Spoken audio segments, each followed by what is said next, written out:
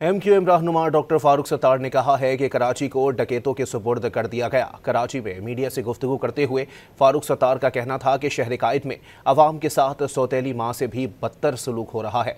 Traffic police से भत्ता ले रही है। लोगों के मरने पर सूबाई हुकूमत पर कोई असर नहीं पड़ता।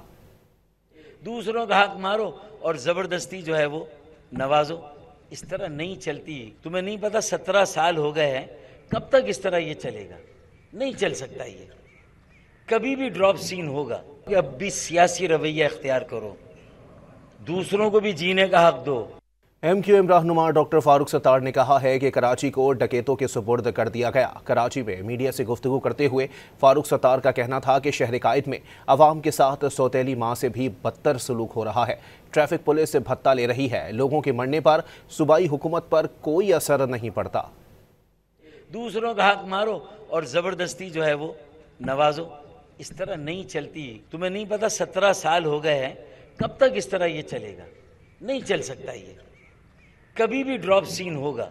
अब भी सियासी रवैया इख्तियार करो, दूसरों को भी जीने का हक दो।